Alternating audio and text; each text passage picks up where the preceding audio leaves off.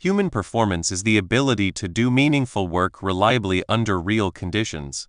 It is not the same as being busy, staying online all day, or pushing through every limit. It is the practical capacity to think clearly, act skillfully, communicate well, recover appropriately, and produce useful outcomes when the environment is imperfect. Performance is shaped by physical, cognitive, emotional, environmental, and social factors. Sleep, workload, stress, workspace setup, team communication, task clarity, tools, habits, and recovery all influence how people actually work. A person may have strong motivation and still perform poorly if the system around them creates constant interruption, unclear priorities, or unsustainable pace. Performance is also different from productivity. Productivity often focuses on output volume, how many tickets closed, words written, calls handled, or tasks completed.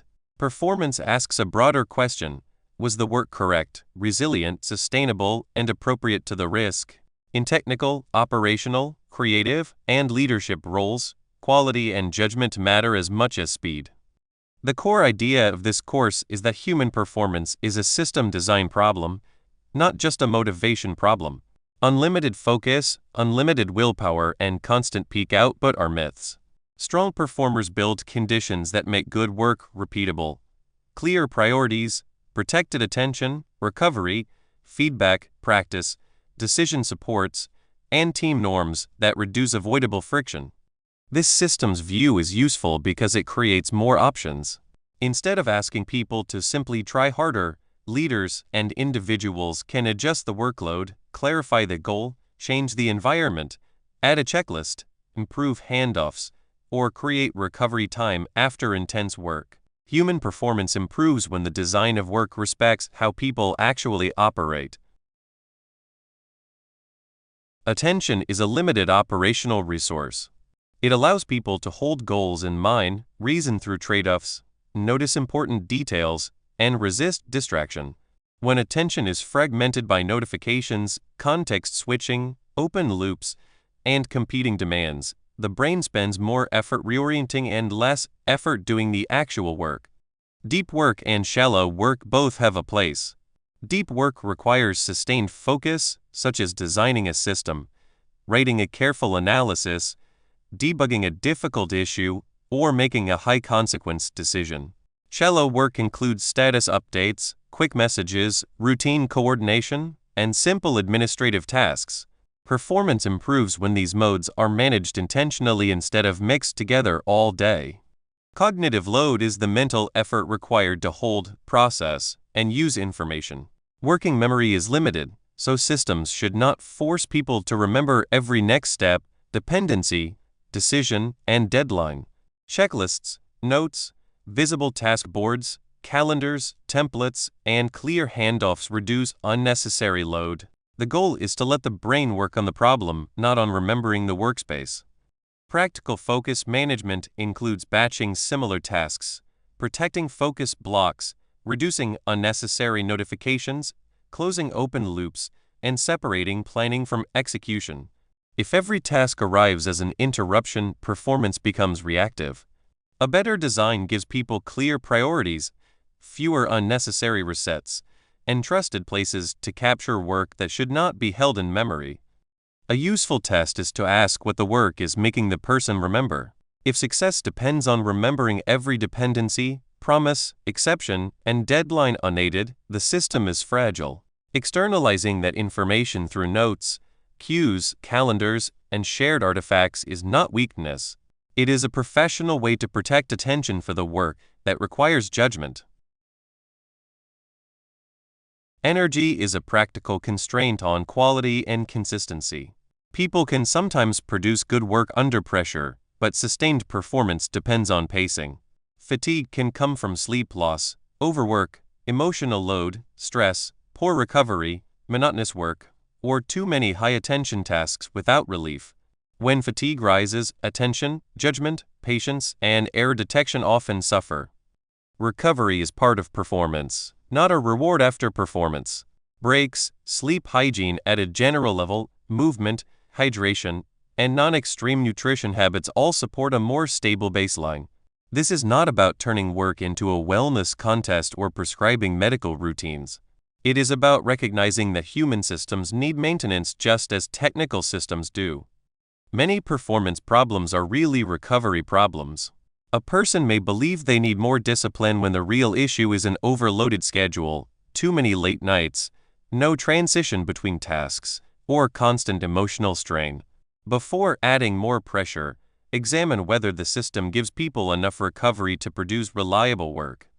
Unsafe or extreme performance practices should be avoided. Guidance that encourages sleep deprivation, stimulant misuse, pain tolerance as a virtue, or ignoring health and safety signals creates risk. For medical, mental health, ergonomic, or safety concerns, qualified support matters. Sustainable performance respects limits and builds routines that can be repeated without harming the person. Recovery also has an operational dimension.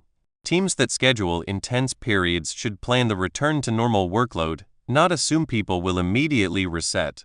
After incidents, lunches, travel, or emotionally demanding work, a short period of reduced complexity can preserve quality. Recovery planning is how organizations avoid converting temporary urgency into permanent strain. Stress is a normal response to demand, uncertainty, and consequence. Some pressure can sharpen attention and create useful urgency. Too much pressure can narrow thinking, reduce patience, increase impulsive action, and make communication worse. Human performance improves when teams can tell the difference between useful activation and overload. Arousal and performance have a practical relationship. Very low activation can feel unfocused or disengaged. Moderate activation can support readiness and effort. Excessive activation can interfere with judgment and coordination. The point is not to eliminate stress. The point is to manage pressure so people can still think, communicate, and act deliberately. Emotional regulation is the ability to notice internal state and choose a useful response. Simple pause techniques, slow breathing, naming the next action, and asking for a short reset can help create space between stimulus and action. These are practical work techniques, not substitutes for qualified care when health or safety concerns are present. Preparation reduces avoidable stress. Pre-briefs clarify goals, roles, risks, and escalation paths before work begins. Debriefs help teams learn after the event.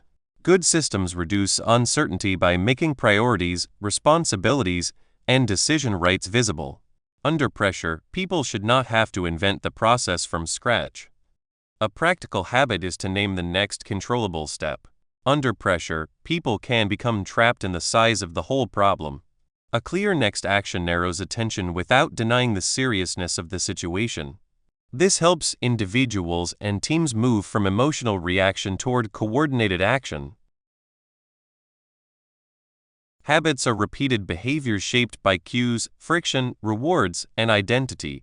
People often describe habits as discipline, but environment design is just as important.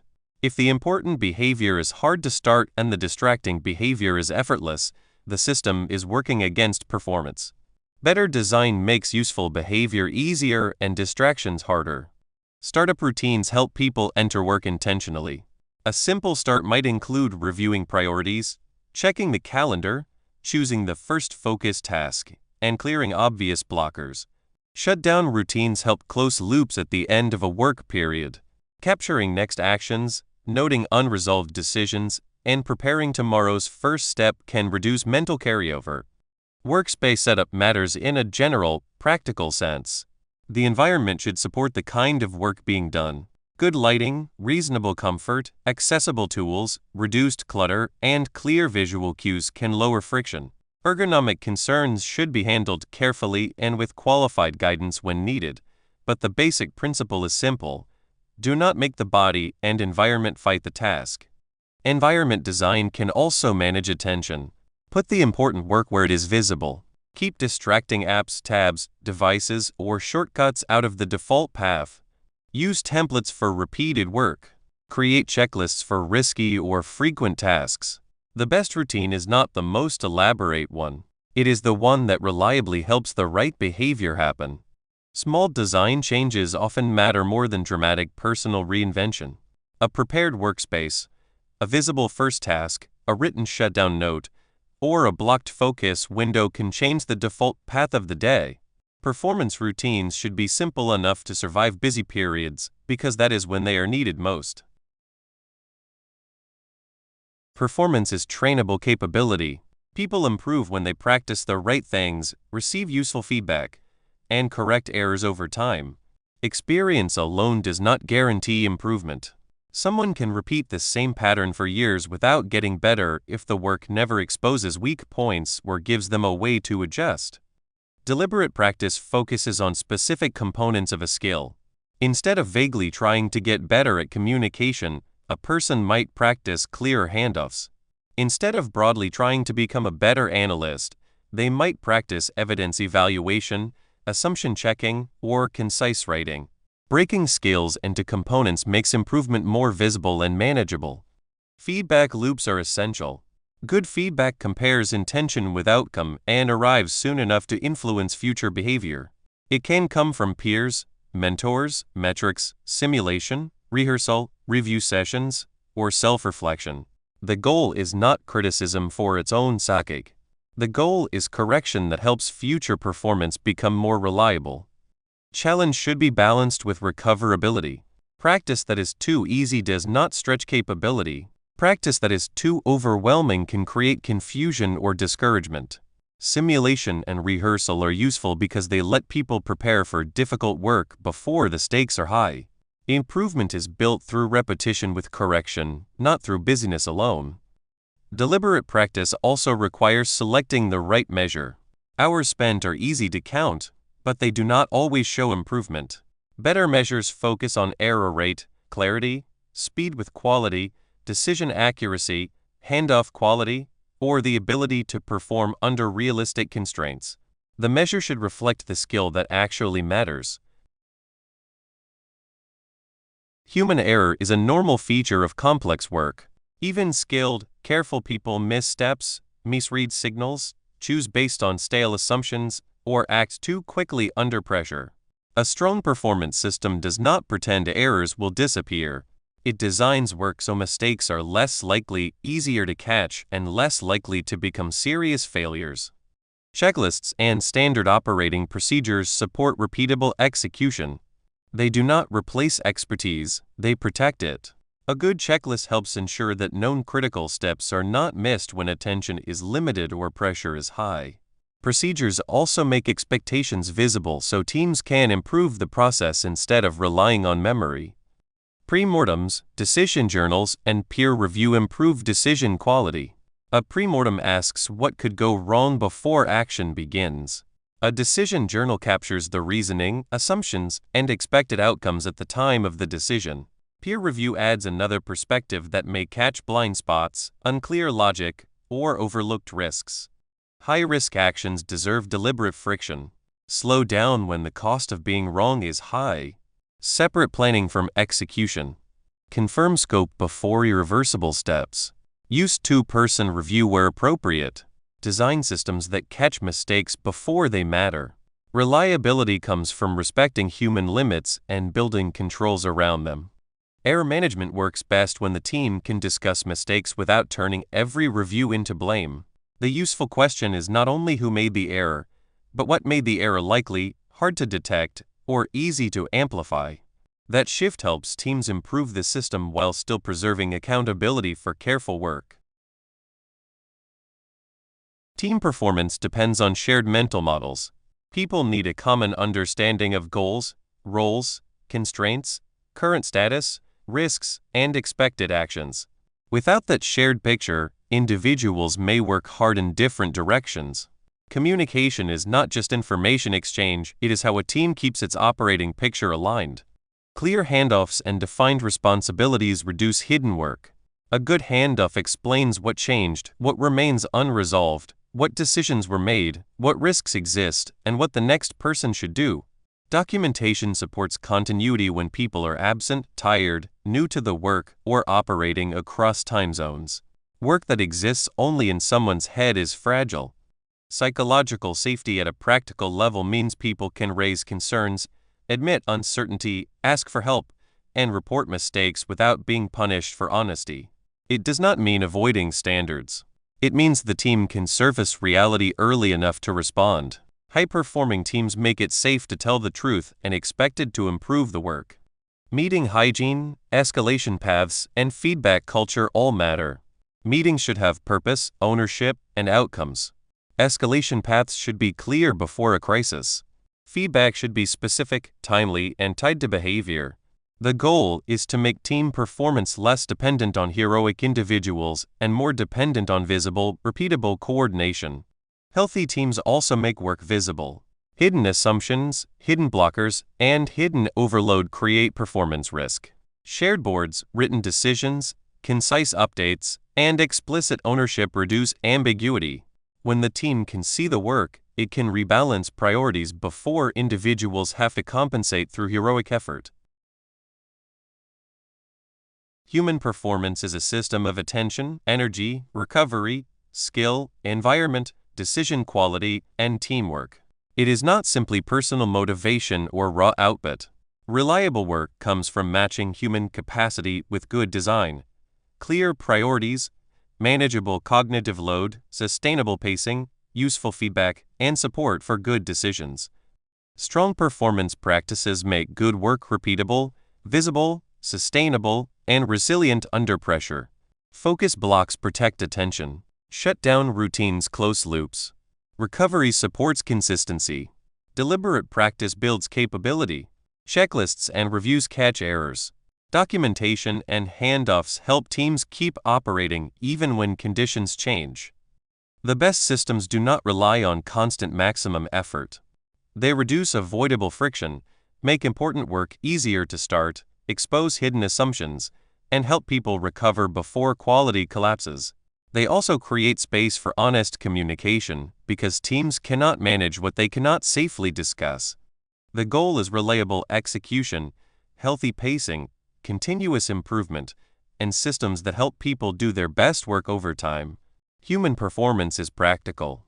It lives in calendars, routines, checklists, workspaces, conversations, decisions, and recovery habits.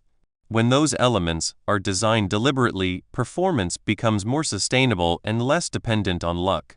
A useful next step is to choose one performance constraint and improve the system around it. Protect a focus block, simplify a handoff, add a checklist, improve a recovery routine, or document a decision process.